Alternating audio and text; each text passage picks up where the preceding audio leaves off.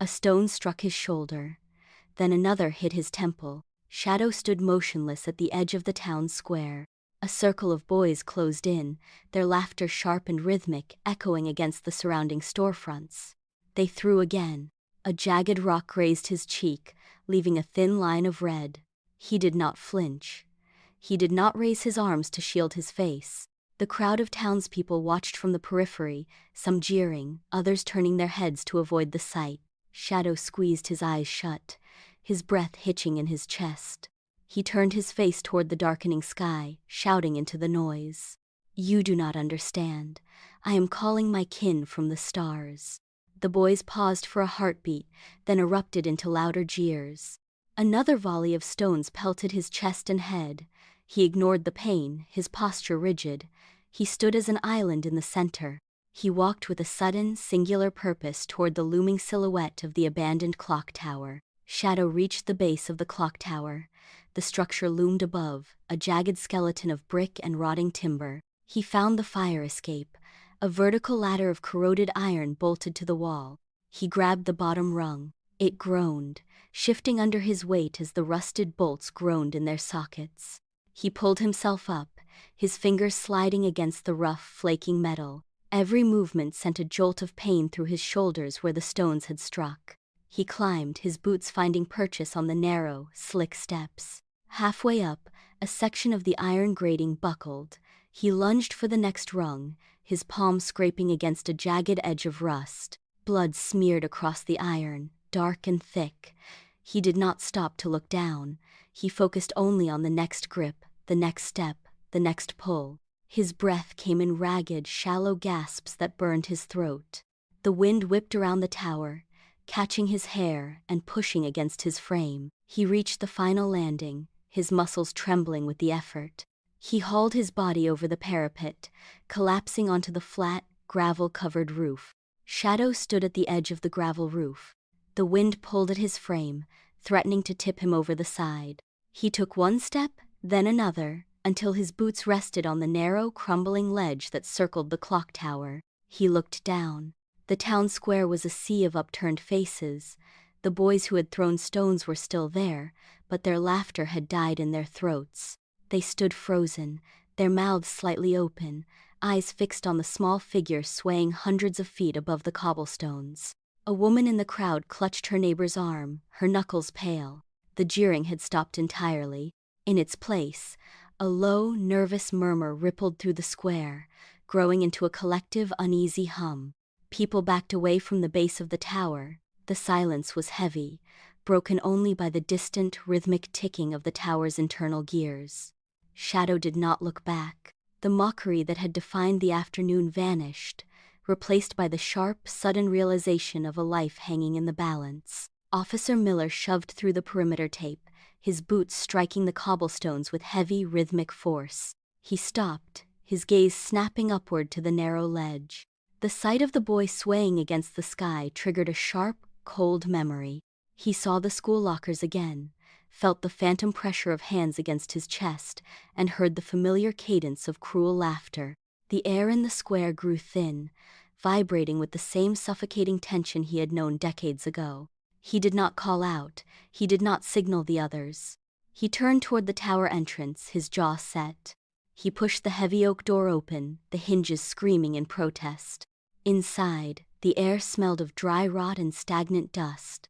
He found the base of the wooden staircase. Each step was warped and uneven, groaning under his weight. The interior was pitch black, save for thin slivers of light cutting through the gaps in the siding. He climbed, his hands sliding along the banister. He reached the landing, the wood shuddering as he pushed toward the roof access. Miller stepped onto the gravel roof, the wind whipping his hair. He saw the boy, a small, rigid silhouette against the vast, darkening sky. Miller did not shout. He did not reach for his sidearm. Instead, he unbuckled his heavy leather belt, letting it drop to the roof with a dull thud. He pulled the radio from his shoulder, set it on the ground, and finally removed his cap. He stood with his palms open, fingers splayed, showing he held nothing.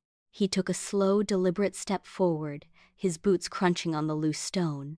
"I know how the wind feels up here," Miller said. his voice low and steady.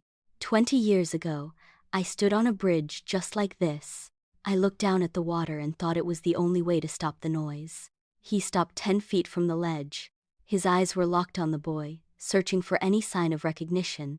I thought the world would be quieter if I just let go. Miller took another step, his movements measured, his posture completely unguarded. He spoke of the cold, the feeling of being trapped by the expectations of others. Shadow turned his head slightly, his face pale, his eyes wide and unblinking as he listened to the confession of a stranger. The wind gusted, catching the boy's frame and pulling him toward the drop. Shadow's heels lifted off the gravel, his center of gravity shifting into the empty air. Miller did not hesitate. He lunged forward, his boots skidding on the loose stones, and closed the 10-foot gap in 3 desperate strides. His fingers locked around the boy's wrist just as Shadow's toes left the ledge. The momentum nearly dragged Miller over the edge with him. He slammed his shoulder into the brick parapet, using the wall as a brace, and hauled back with every ounce of strength in his frame. He felt the boy's bones, the frantic tremor of a trapped animal, and the sudden, dead weight of surrender. Miller pulled hard, dragging Shadow backward until they both tumbled onto the flat, grit-covered surface of the roof. They landed in a heap, limbs tangled. The boy did not fight back. He lay on his back, staring up at the darkening clouds, his chest heaving in ragged, uneven gasps. Miller rolled onto his side. Up here, the only sound was the wind whistling through the rusted clock gears and the synchronized rhythm of 2 hearts slowing down. They sat in the heavy silence. Miller released his grip, his fingers stiff from the tension. He leaned back against the rusted housing of the clock gears, looking out at the horizon. Shadow sat beside him, his gaze fixed on the distance, his breathing finally steady. Then, the horizon fractured.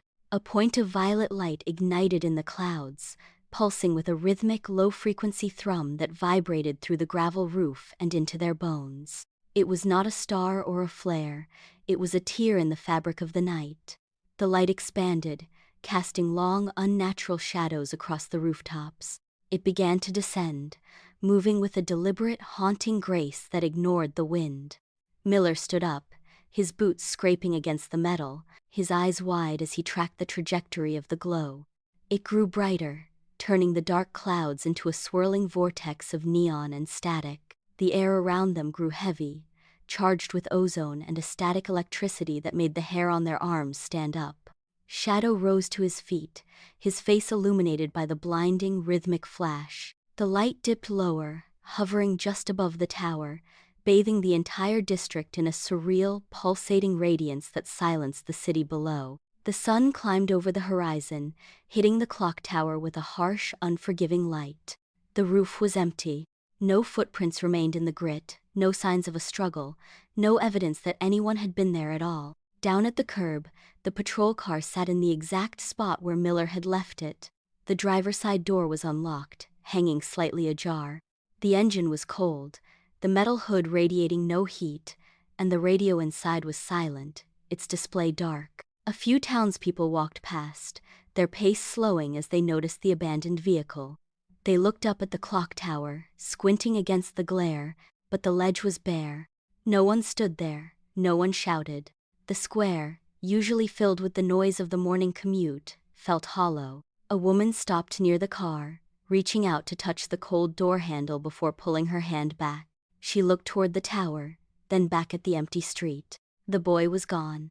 The officer was gone. Only the void remained, heavy and impossible to ignore. By evening, the sky bruised into a deep, sickly purple. A storm rolled in from the west, bringing with it a low, rolling thunder that shook the window panes. The townspeople retreated indoors, pulling shutters tight and locking doors, but the familiar comfort of their routine was gone. They stood in their kitchens and hallways, listening to the wind howl against the brickwork. There was a sudden, sharp realization that rippled through the community. The boy was not there to mock. The officer was not there to intervene. For years they had channeled their frustrations into the figure of the boy. They had built a wall of shared cruelty to keep their own insecurities at bay. Now, the wall had collapsed. Without an outsider to blame, the silence became deafening. They stared at the walls, realizing that the isolation they had forced upon the boy was now their own. The storm intensified, rain lashing against the glass. No one went outside to check the streets. No one spoke to their neighbors. They sat in the dark, trapped by the weight of their own actions. The town was no longer a community, but a collection of hollow rooms, shivering under the pressure of a sky that offered no answers. The void they had created was now the only thing left to inhabit.